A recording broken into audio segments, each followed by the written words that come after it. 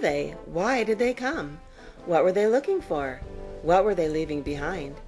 Vikings, Spaniards, Italians, British. There were many reasons people left their home countries, crossing the huge ocean to arrive in a new world.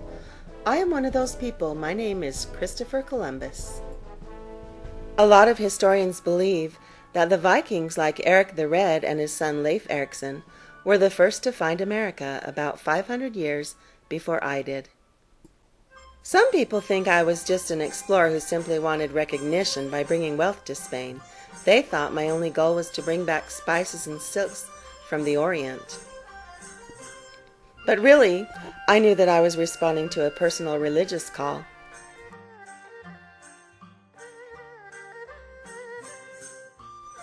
Although Turkey had closed its trade route to China, and I just knew that if I sailed in the opposite direction than we had been sailing, I could get to Asia and the East Indies a different way.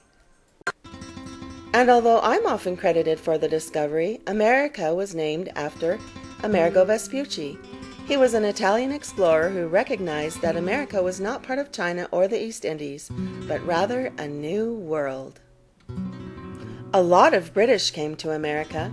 Sir Walter Raleigh's first two attempts to colonize America failed, with the Roanoke colony disappearing without a trace.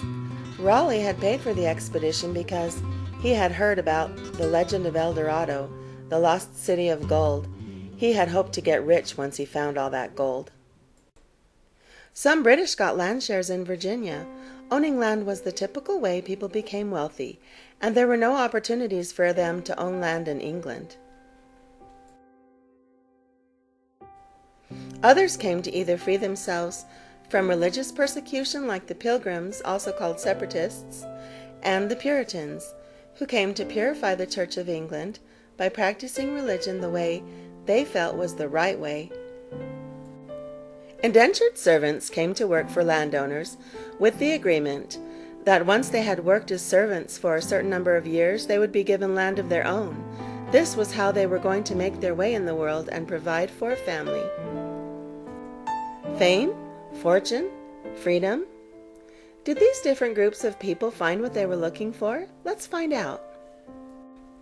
The Vikings are believed to have died out due to cold and starvation, like the Roanoke colony.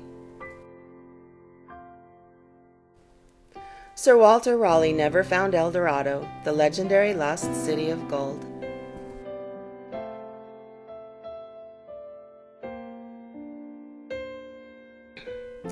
Indentured servants often died in ships on the trip over, or they never got the land they were promised after working for it for years. The Pilgrims and the Puritans found a measure of religious freedom, but it would take many more years before people were truly free from religious persecution. If you go exploring to seek fame or fortune, perhaps a better idea is to seek adventure for adventure's sake, and fame or fortune through a credible career, perseverance, and hard work.